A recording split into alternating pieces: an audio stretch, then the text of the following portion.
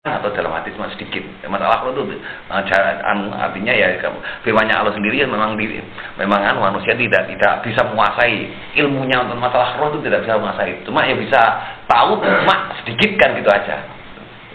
Dan roh itu yang bertanggung jawab nanti. Tanggung jawabnya bagaimana? Bisa melaksanakan amanat atau tidak waktu dengan tubuh jasadnya di dunia. Itu selama di alam kubur. Lah nanti setelah kita itu di alam akhirat, nah ini diciptakan lagi oleh Allah tubuh kita. Jadi roh itu kembali lagi seperti kita di dunia ini. Roh itu ada juga, roh itu dengan tubuhnya seperti kita di dunia ini. Ini setelah di alam akhirat. Kalau di alam kubur ya enggak, roh tanpa jasad. Karena jasadnya kadang-kadang hancur. Ya mungkin ada yang tidak hancur, tapi yang tidak hancur itu karena jarang. Ya, memang ada banyak, ya banyak tapi jarang tidak. Kebanyakan ya sudah hancur jadi tanah. Tapi juga ada yang tidak hancur. Ya disebutkan di dalam hadis berapa itu yang tidak hancur, termasuk kalau nggak salah 6 atau berapa 6 kelompok yang tidak jasadnya tidak hancur. Walaqad khalaqna, dan sungguh aku menciptakan tuma innakum, lalu sesungguhnya kamu semua yaumal kiamati, di hari kiamat tadi, tub'atsun, kamu semua akan dibangkitkan. Nah ini dibangkitnya setelah hari kiamat itu, ya hari kiamat itu bersama dengan tubuh kita. Cuma bedanya lagi, kalau di alam akhirat sudah tidak ada mati lagi. Kalau di dunia kan ada mati, tubuh kita itu rusak. Tapi kalau di akhirat sudah tidak ada mati lagi. Lil hisab, untuk dihisab, wal jaza, dan balasan. Walaqad khalaqna, dan sungguh aku telah menciptakan fauqakum, di atas kamu semua, sab'ata tara'iqa, yaitu 7 jalan, yakni 7 jalan langit. Kenapa kok dikatakan langit itu 7 jalan? Jalannya para malaikat. Itu tafsirannya di situ. Karena malaikat itu kalau turun ya dari langit, jalannya malaikat. Wa ma kunna, dan tidaklah keadaanku anil khalqi, dari makhluk tadi. Dari makhluk tadi, gofilin adalah orang-orang yang lalai. Maksudnya apa? Allah itu tidak akan lupa, tidak akan lalai. Jadi sangat tahu terhadap apa yang diperbuat oleh makhluk di bumi. Wa anzalna, dan aku turunkan minas samai, dari langit tadi, ma'an, air, bikodarin, dengan ukuran, bikodarin dengan ukuran atau dengan ketentuan. Ukuran apa? Kecukupannya. Fa'askannahu, maka aku diamkan air fil ardi, di dalam bumi. Padahal wa inna, dan sungguhnya aku firman Allah ala dahabin, untuk menghilangkan dengan air tadi, laqadir, sungguh maha mampu. Padahal Allah itu seandainya menghilangkan air yang ada di bumi itu sangat mampu. Tapi Allah itu yaitu Allah itu pemurah, memberi kemurahan kepada makhluknya yang ada di bumi. Bangsana, maka aku tumbuhkan lakum, buat kamu semua, bihi, dengan air tadi, jannatin, perkebunan, kebun-kebun, minakhilin, dari kebun anggur, kebun kurma, wa nabin, dan kebun anggur. Lakum, buat kamu semua, fiha, di dalam kebun tadi, fawakihu, makanan-makanan kasirotun yang banyak. Wa minha, dan dari kebun-kebun tadi, takulun, kamu semua itu makan. Wa sajarotan, dan pohon tahruju yang mengeluarkan minturi sina, dari pohon tursina.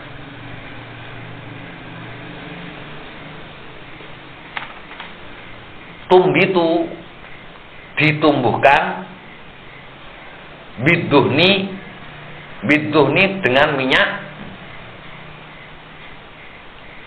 biduhni dengan mengandung minyak. Apa? Pohon di Bukit Tursina yang mengandung minyak, yaitu yang biasa termasuk makanan pokoknya orang Arab, yaitu minyak zaitun.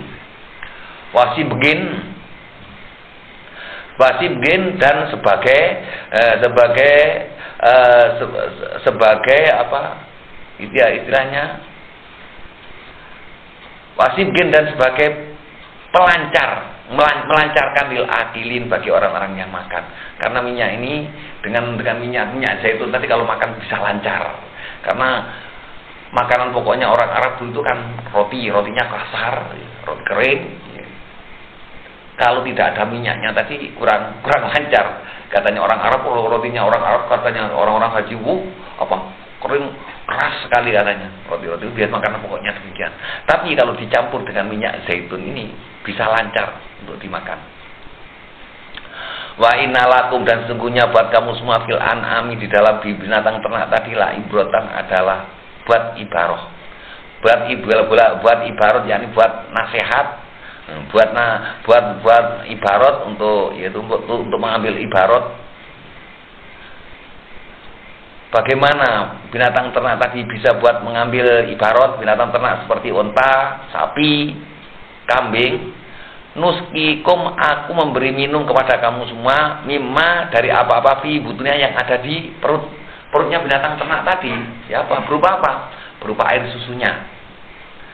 Ya, air susunya kan memang itu juga mengambil ibarat. Alangkah maha kuasanya Allah.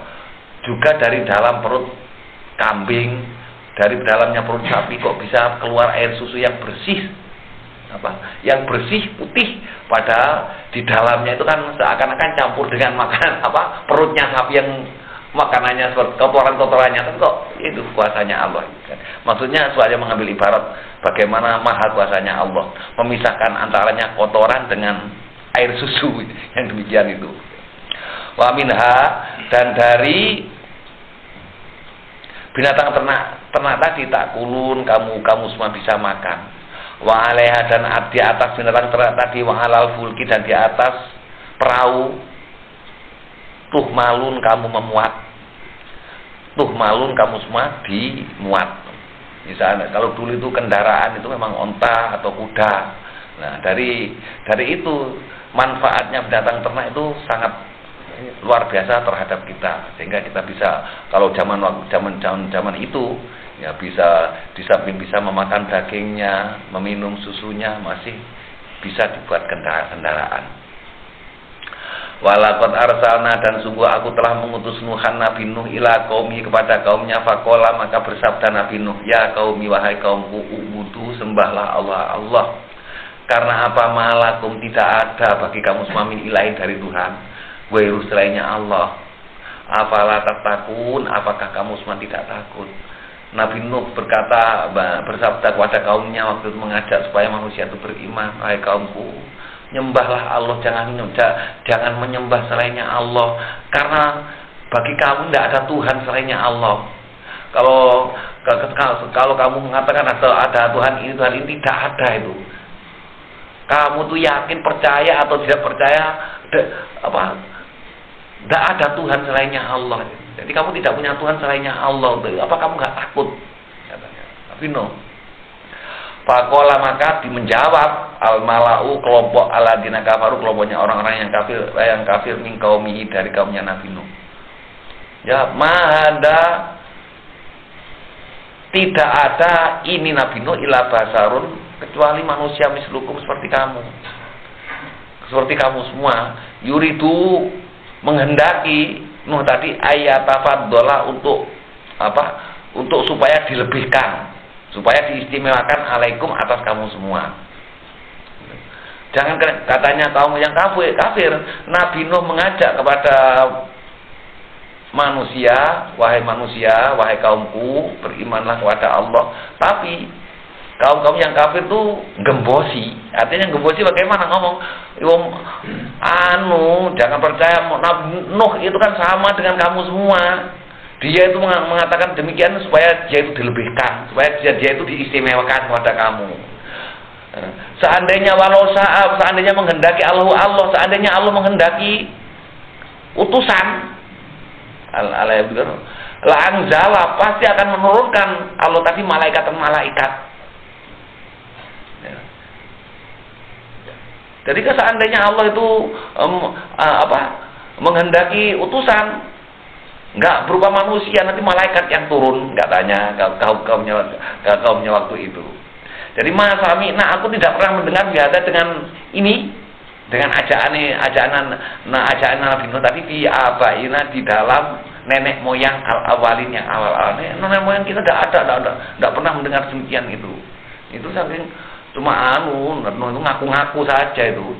Seandainya Allah itu seandainya Tuhan ini menghendaki utusan nggak berupa manusia, paling berupa malaikat yang turun mengatakan gini-gini. Oh ya, kalau pas seandainya malaikat yang turun untuk menjadi utusan berat sekali. Karena apa? Malaikat nggak mungkin bisa adaptasi dengan manusia, wataknya nggak sama. Ya, utusan itu harus sama manusianya, wah nggak bisa adaptasi.